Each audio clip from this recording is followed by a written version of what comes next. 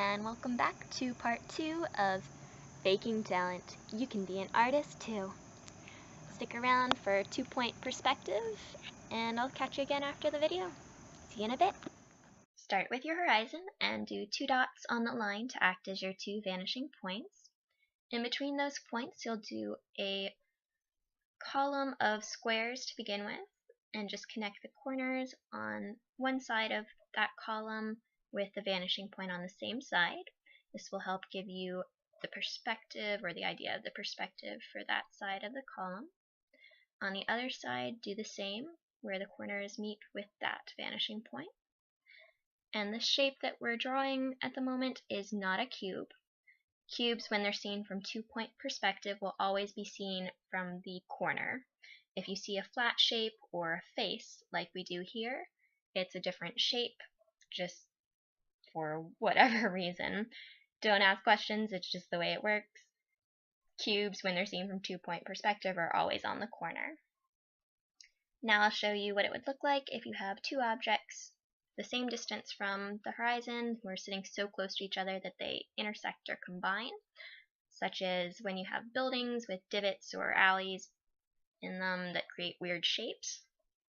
So you'll just connect the corners on one side with the vanishing point, close it off with the vertical line, and then on the other side the vanishing points will act the same, but where they intersect will be where those shapes stop and either combine or intersect, or one shape becomes the other, so that your outline on the bottom will stop where they meet, and then it will form a vertical line to show where they intersect. Then you'll just finish off the sides and top and bottom of your shape the same way you would in single point perspective, with horizontal and vertical lines. The top line here on this shape for the horizontal, where it actually is in between those shapes intersecting, will turn into a perspective line.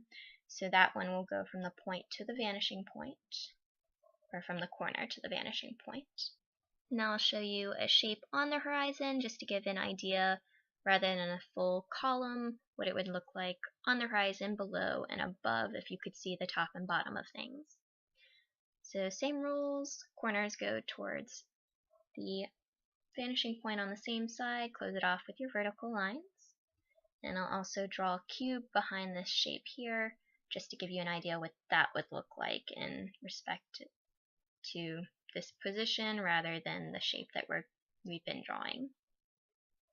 So you'll start with the vertical line as the corner, choose your top and bottom, and have them go out towards the vanishing points on the same side, close it off with your vertical line.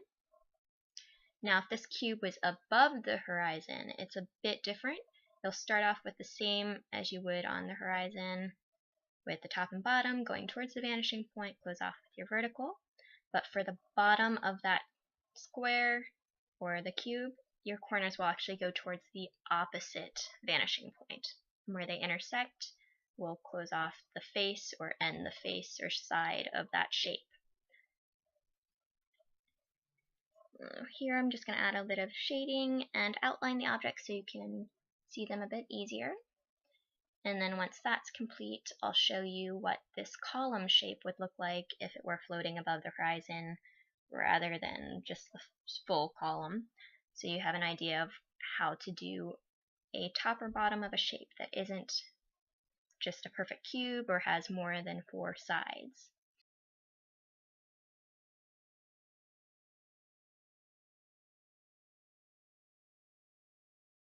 So you start the same as you would with the column, and then for the bottom of that, or if you're looking from below, or whichever, each of those corners will go towards the opposite vanishing point, but you'll have to do it for every single corner of that shape. Then where those perspective lines intersect, will stop that side or face of the shape, so that you have one side or face for each of the sides or faces that you see in the front. So you'll have 3 in the back and 3 in the front showing. And that's 2-point perspective.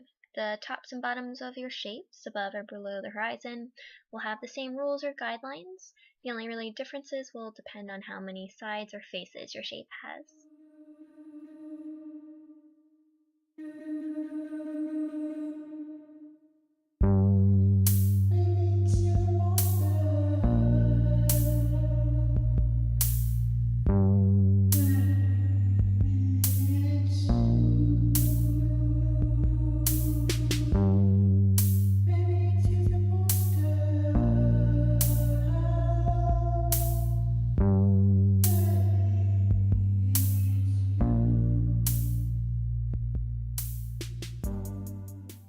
Thanks for watching, and that concludes part 2 of this tutorial.